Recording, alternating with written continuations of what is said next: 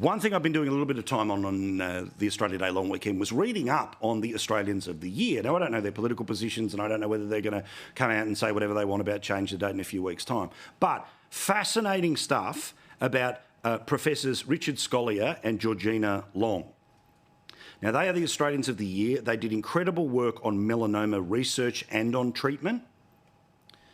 Now, no disrespect, but remember last year, the Australian of the Year was somebody talking about body positivity.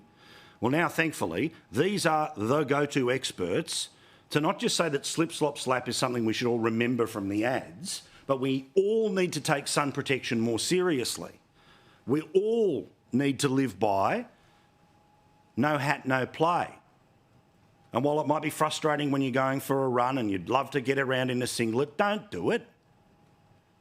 Because eventually you're going to expose yourself. You're going to expose yourself to something that would kill you.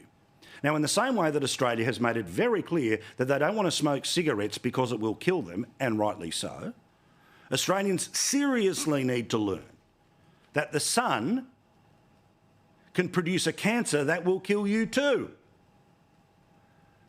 So I thought their comments on the eve of Australia Day were worth reflecting on now. And just even if you've never done it, start tomorrow.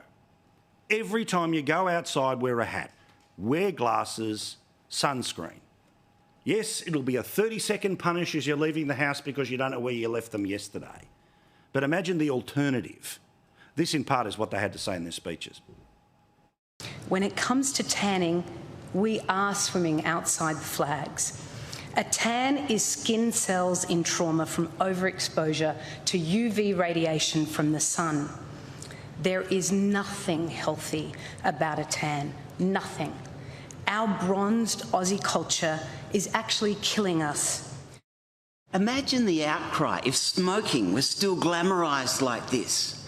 We must elevate sun safety to equal status with other life-saving safety measures like wearing a seatbelt or a helmet. And just to drive the point home, and I'm not nanny stating you, I just want you to be around for as long as humanly possible.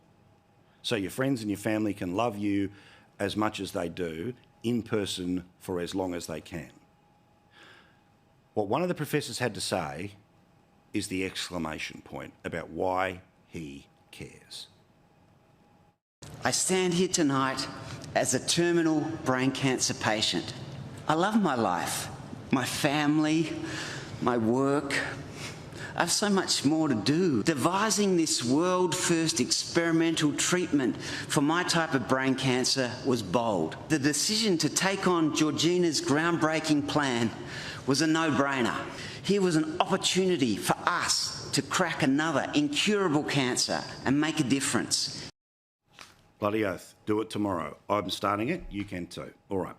Lang Walker is one of the great Australians, and sadly he has left this mortal coil, but he was a bloke who dreamt big, delivered big, one of those dynamic Australians who we are all the poorer for losing. He was a philanthropist, he was a builder, a developer, and I've got to say, the idea of being able to change the skyline of a city or to change a development in a community that means more jobs, happier lives, better homes, good assets for people, is an incredible legacy. Now, I had the opportunity to talk to him a couple of years ago when we were doing in our town, and I just was blown away by the type of Australian that he is and the legacy that will never be forgotten. What's it like to go for a drive and see how you changed a place for the better?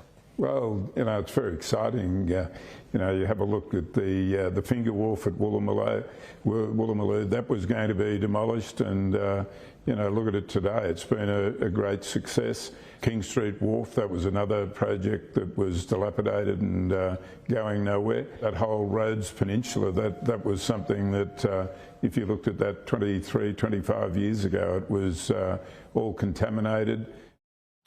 He changed the joint for the better, and he was a great bloke doing it. Strength and love to Lang Walker's family and wider friends. And sporting-wise, yeah, Australia lost in the cricket, but I've got to say I'm not that cut up about it, because seeing the West Indies coming back to form, and how good is the bloke with all the wickets, a sensational bit of telly today on Fox Cricket. Brian Lara, part of their call team, well, he was out of his skin happy to see West Indies beat Australia as they did today in Brisbane. It's unbelievable. 27 years to beat Australia in Australia. Young, inexperienced, written off. This West Indies team can stand tall today. West Indies cricket can stand tall today. What a legend. Congratulations to them and everyone as part of the Summer of Cricket.